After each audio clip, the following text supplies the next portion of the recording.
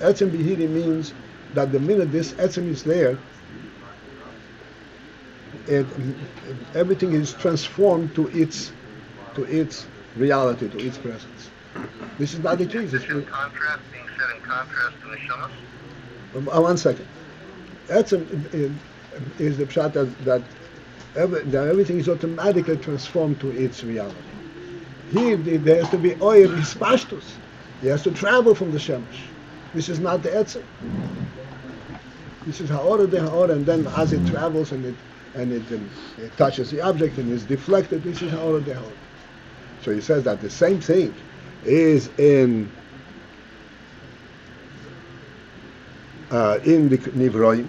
Nivroim are yesh Ayin, and they're representative of the koyach halaki. So he says it's a ha'ora of the koyach halaki, but it's not really ha'ora of the koyach halaki that is representative of a lakus per se. It's a ha'ora de ha'ora. Once we got into this, I want to explain the meaning over here, how it pertains to nivroim.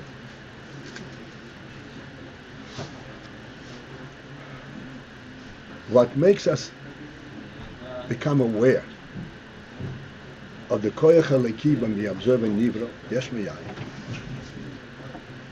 I'd like you to follow this. It is not looking at the nivro, you say, oh, look at this, alakus in it. That's not the case at all. You see the nivro. It's not the case at all. Look at the nivro, we don't see it at all. On the contrary, we see something that is just a worldly thing. But its presence is of such a reality, such a fundamental reality, that immediately presents the question: why is it here? How can such a thing be here? So it's a koyach halaki. But not that it directly represents a lakus. This is what's called the logical process. You say it's a koyach halaki, you don't know what a lakus is. The nivra doesn't tell you anything about a lakus is. Neshamas represent a lakus. Neshamas are godly. Should we move? I think we should relocate, maybe. Huh? Relocate. It's not too bad so far. Yeah, no. Could have a deluge every moment. It's okay, you say? There's no smell? There's no smell. Or it doesn't smell so bad. No smell? It gets worse. All right, those who are close by can decide.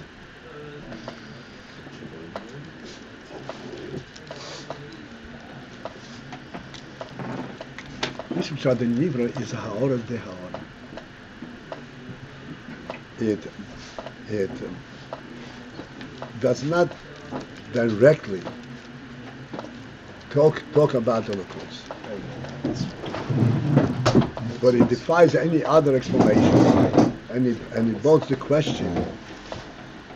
It presents the question of where is it? What is it? How come it's here? What is it about? So therefore you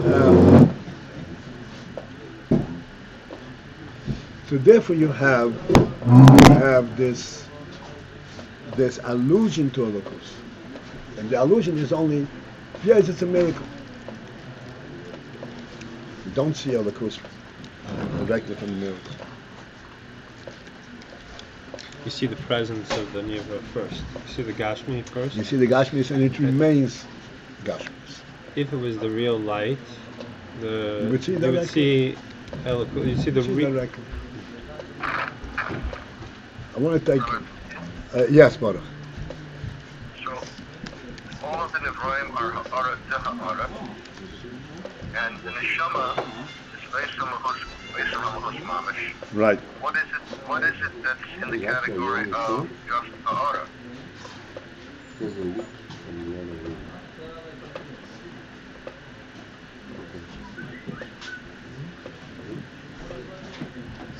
All right, we'll come back. But the neshama is not. Baruch, this is not going to help you, believe me. Okay, I'm just. The neshama itself is not ha'ara. Baruch, this is not going to clarify anything. I know you want everything in dibur, but the dibur is not going to make you understand it. Let's first understand what we're talking about.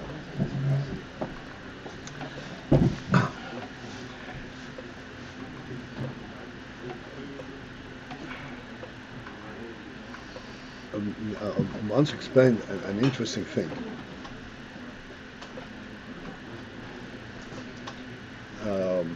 It says, Amalek, this is the worst clip, right? Zocher is also Amalek. And Amalek has to be eradicated from under the sky. What did Amalek do so terrible? Compare what he did to what the Mitzrayim did. Mitzrayim is subjugated for 200 years, 400, whatever it is, and they completely blew everything out of them. Their children were thrown into the river. What's so terrible about Amalek? And it's a milchom al Hashem b'Amalek. Hashem is waging a war with Amalek.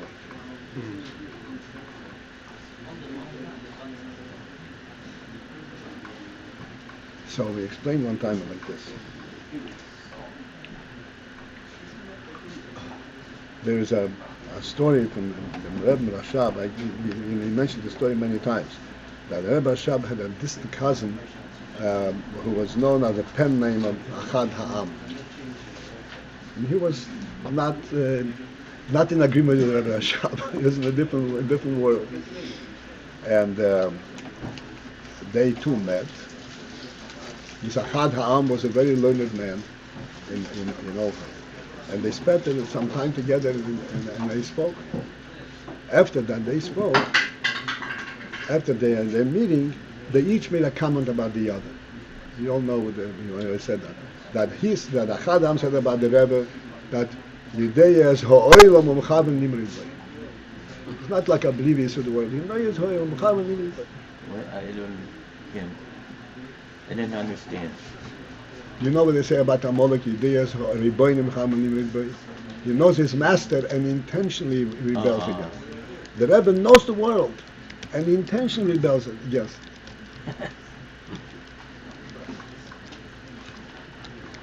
Thought that he's oblivious what's going on. And the Rebbe said about the Chad Ha'am said that if he should be standing by Kriyas Yams and observe the entire episode, the Yam is flowing, and Moshe Rabbeinu lifts his staff and hits the Yam, and the Yam splits, and even goes through in a total, calm. And he would be standing there and watching the whole panorama. He would remain the same Epicurus.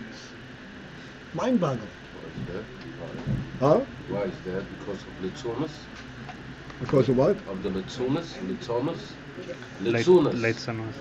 Litzunas. I'm sorry. How is it possible? He wasn't a letter, he was a very serious writer, he's a philosopher.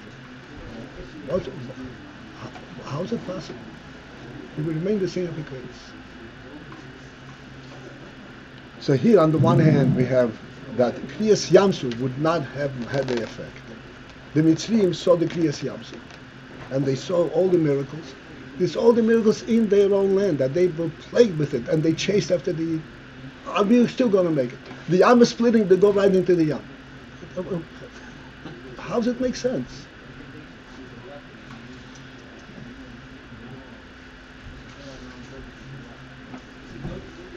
And yet, after all that tremendous denial of a godly presence, the Pasuk says, "Leisesayv mitzvah." The mitzvah should not be excluded from Jewish congregation forever. 3 generations after they convert, they can marry into the Jewish nation. Amalek, never. Amalek has to be eradicated. Don't even give him a chance. So what's the pshat on Amalek? It's an interesting thing. The Torah describes Amalek as a korcho baderech. As a korcho baderech, he cooled you off on your path. You know what I'm referring to? As a korcho baderech, Amalek casted the Yidden while they were going from Kriyas Yamsuf, they were going towards Har Sinai. And Amalek came and casted the Yidden right in the middle. So Korcha Baderech. What's so significant about Korcha Baderech? So this is my own sense, okay? And they Yidden were going from Kriyas Yamsuf, and they were going and counting the days to go to Har Sinai to receive the Torah. What was the state of mind by the Yidden at that time?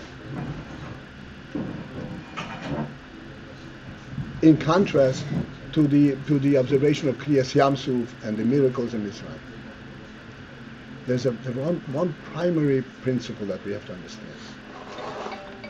Miracles are only alluding to Elokus. They are not showing you the presence of Elokus itself. The whole world is alluding to Elokus, but you don't see Elokus. You see the world.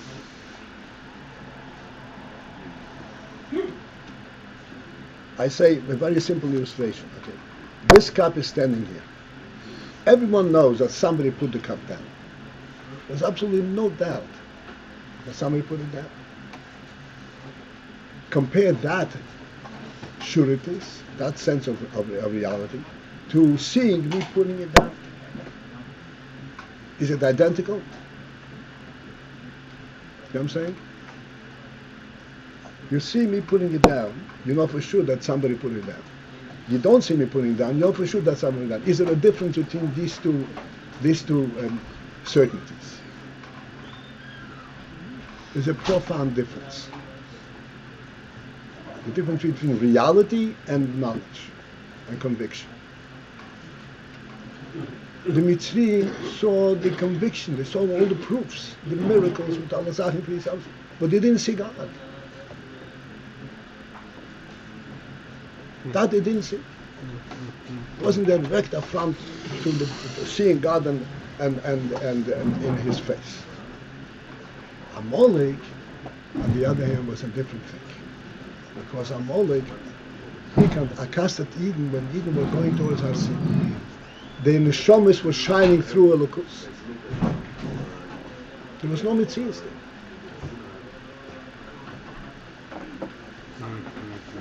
He saw godness on their face, not what they want in the godly presence. To come out and be able to attack in that state, this is the real confrontation. Therefore, Amalek cannot be redeemed because he can stand in front of the neighbors, not Kriyas Yamsuf, and fight that. Because Ayidish and Nishomen is godliness itself. This is not sechel, this is not conviction, this is not proof, this is godliness.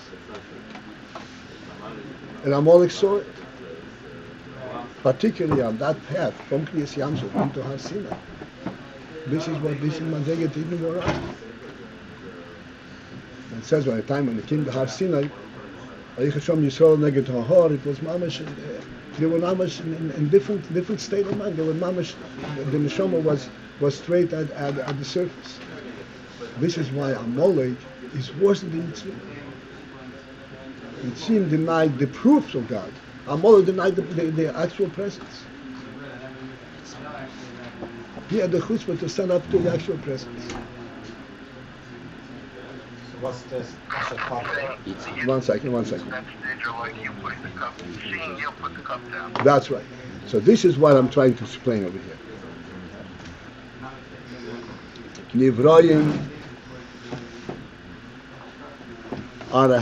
represent Elokus. Koyach Elokim represent the Koyach Ha'ora of the Koyach of the Koyach Elokim. But they don't represent the presence of the godly presence itself. The Shomes represent a godly presence.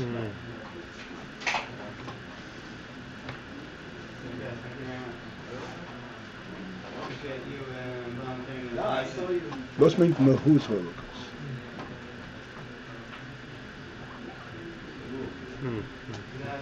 What's the word represent? It's not that Holocaust itself.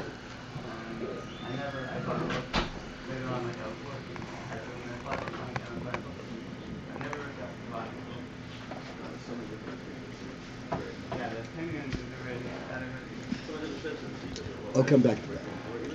At the end of the parentheses, we'll put this in.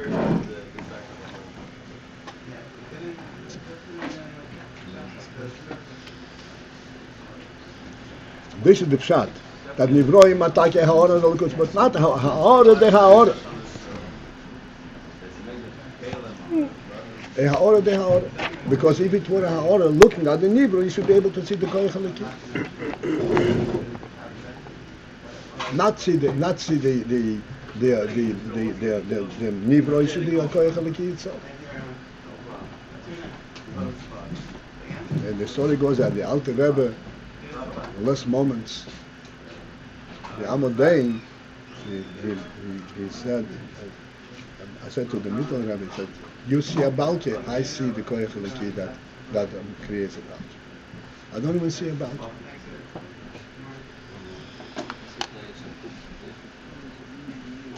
Okay. Okay, בכלול זה הישתלשלות. מהספר של תואי מהשם. אוקיי.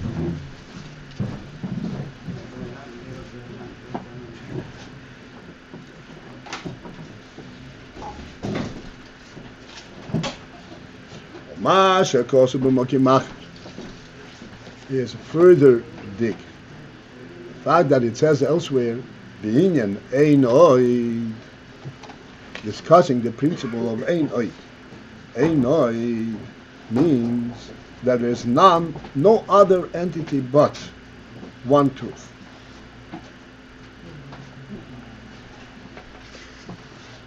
There is different levels of Ein Oid. There's a level called Ein Oid Milvado, and there is Ein Oid. Ein Oid Milvado means that whatever you see it coming from him. But Ein Oid means that you see only that. There is nothing more to see. Ein Oid. That's in the final lines of Ein Oid, it says, Shezehu b'mitzius yesh dafke. That the name from Ein Oid is represented and is revealed in the mitzius yesh, in the nivra. And what kind of nivra in the lowest type of nivra, mitzius yesh. This is where the name from Ein Oid is represented. So it would seem again that Ein Oid, the true presence of Elokus, is present in the Metzias Yesh. So the Rebbe explains. So therefore, this is Mamash the Mahus Elokus. He says Yesh Leiman. However, the explanation is the Oimeg Ho'inya Bozeh. The Oimeg Ho'inya Bozeh. What is the deeper insight, the deeper significance, the deeper substantiation of this statement that Ein Oid is in Metzias Yesh?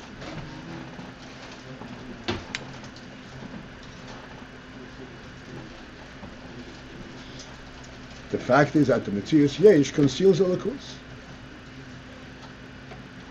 How is Ein Oid represent Metzias Yesh? Metzias Yesh represent Ein Oid. It says the Oime Goyim B'Zeh Apim Hamvur B'Mokim Achir. Based on what's explained elsewhere, there is Havus Metzius Hayesh, that the creation of Metzius Hayesh, this Yesh Mamash, Metzius Hayesh, as we explained, that Metzius Hayesh, that defies, that denies any other presence but itself. It is, this is possible only from the Koyach HaYinsof. Shehu levadoi bekoyach v'yichol. As the Alter Rebbe says, that he levadoi, he only has that koyach, an ability to create yesh miyayin ve'efos hamuchlit, to have a yesh that defies any previous existence, any previous presence. Okay. So what is the Rebbe explaining on Ayyin? Again, it means a similar thing. That actually the yesh represents a yesh. And it does not the mahus holokus. But it reveals the koyach eliki. Because hu levad, the koyach eliki, only he has that kind of a koyach to create yesh miyayin ve'efos hamuchlit.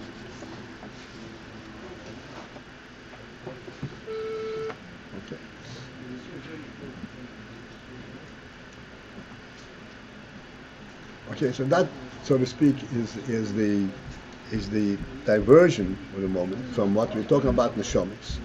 That in the creation, yesh miyayin truly alludes to Elokus, alludes to the highest in ein milvado, ein noi milvado.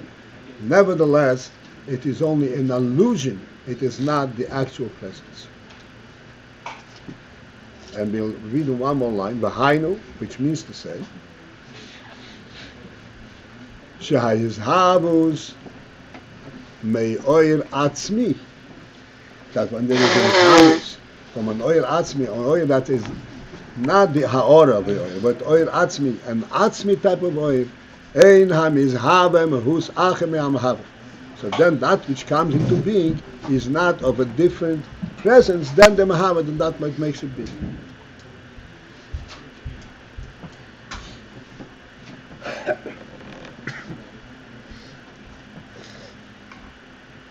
Answer to my question that you didn't want me to ask? Okay, I don't want you to ask this question either right now. Just give me a sense to explain.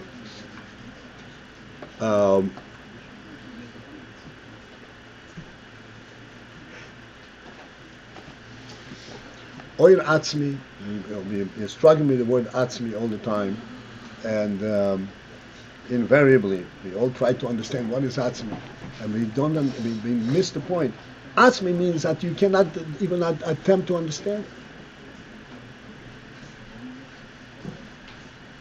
Because there are no means by which you can grasp it. There is no presence with Atzmi.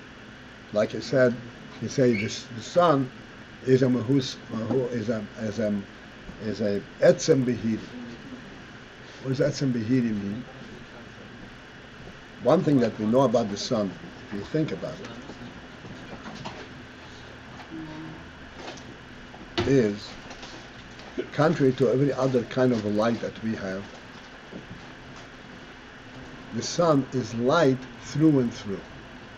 The sun does not have an element part like we have a wick on a candle. The wick is not a candle. It's not light. The sun does not have any presence, any element of it that's not light.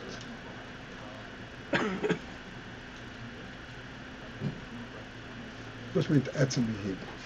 Now, we cannot perceive, because in our world, light is an energy. Light is an action. An action has to be affected by some action, some cause.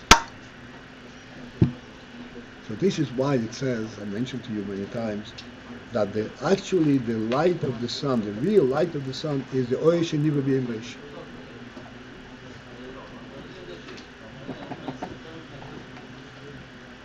And it's camouflaged. It's concealed by the fact that the sun has heat and it burns and it produces energy and so forth. That's only a camouflage. But the reality of this light is the oil sheniva b'AyinBase. The Ramban said that the oil sheniva b'AyinBase is nignas, is what put back into the sun.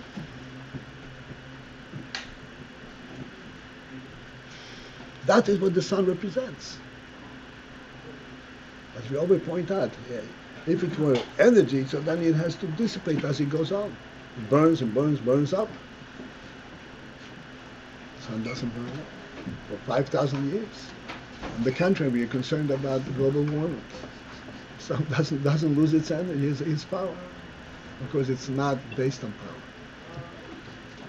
Based on power, not based on action. It's the life without. That's action. right. It's a,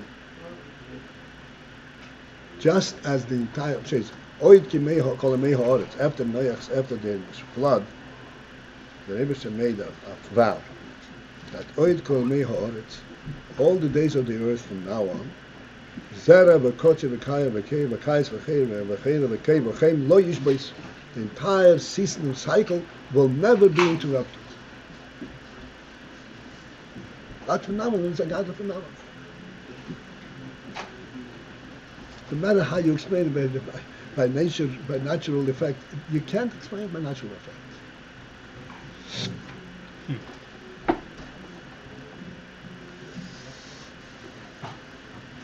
This is a godly reality. The sun is a godly reality.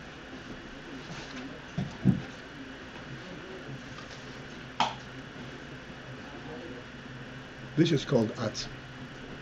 Any creation that comes from an Oir Atzmi, what does Oir Atzmi mean? Oir Atzmi, an Oir that represents an Etzem. Not the action of the Etzem, not the function of the Etzem, but the essence of the Etzem. The truth of the Etzem.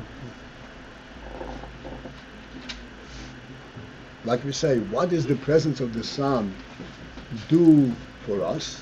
Not that the sun is present, therefore I can see across the street. No. The sun is present, therefore there is no such thing as darkness. The whole world becomes like the sun itself. The sun takes over and rules the world. It becomes like sun itself.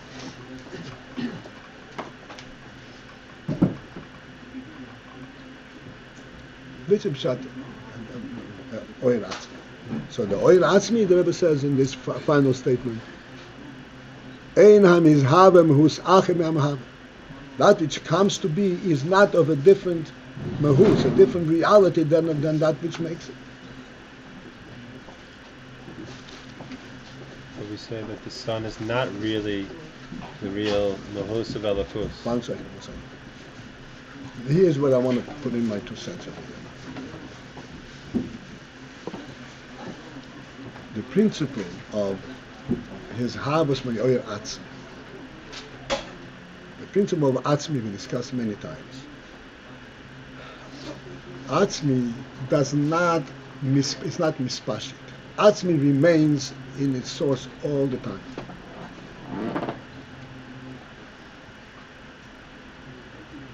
Atzmi cannot be given over. Oil can give over. This is pashtus. The Atzmi cannot be given over. Atzmi is present where the Atzmi is present. Like we give the example of a host and a guest. We give an example of a host and person. You get invited for somebody for lunch. Okay? And he serves you a beautiful lunch. And after he serves you the lunch, he says, okay, as Gesundheit, I have to go elsewhere. So you're beaten. It's a destroy. It's a terrible insult. Why? I gave you the lunch.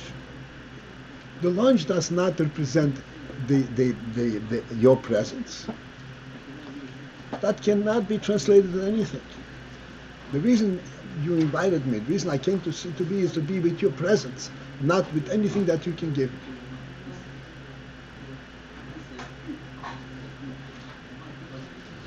That's what I etzem. Etzem, it remains where it is. And if you take the etzem away and all the ramifications, all the implications of the etzem, they say, my home and I'm giving my food, or something, nothing, doesn't have any of that.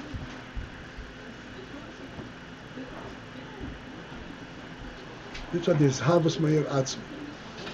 This harvest meir atzmi is the mahus, the reality of the mizhava is not different than that which creates it.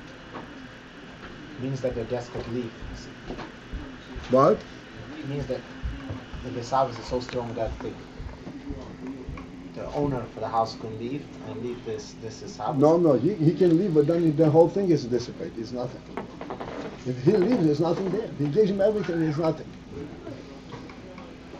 What we need to understand in this, And this will give us understanding. This is what I promised originally. I want to say just two words. You know that neshamis are not a mahus achet malakus.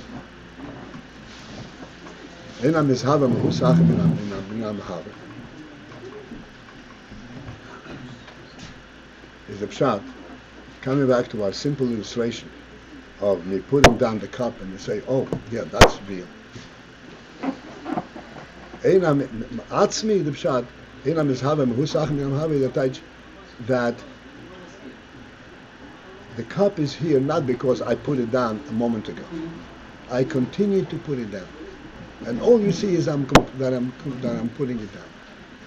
You don't see that the cup is here. You see only that I'm putting it down. Das meint jetzt. It's like seeing etzem itself. Seeing as that's what the oiratz. Neshamis is not a separate creation. Neshamis is that Elokus it presents itself in the form of neshamis. That's what neshamis is. That's what we said by Yipach be'apav nishmas chan Yipach. Neficha is non-interruptible from the source. Neficha is a continuous thing. The minute you stop blowing, there's nothing there. Why do you use the term represent?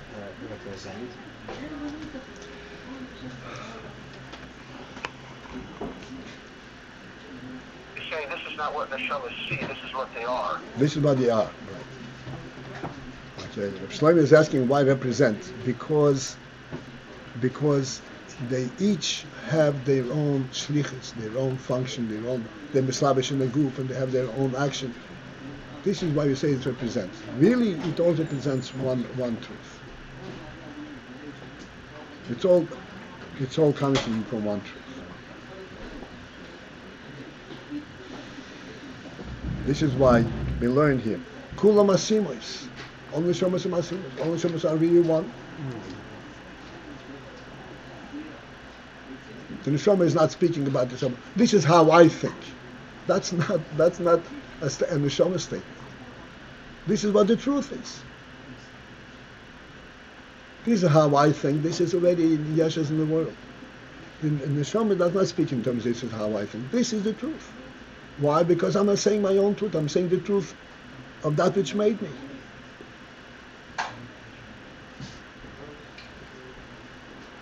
The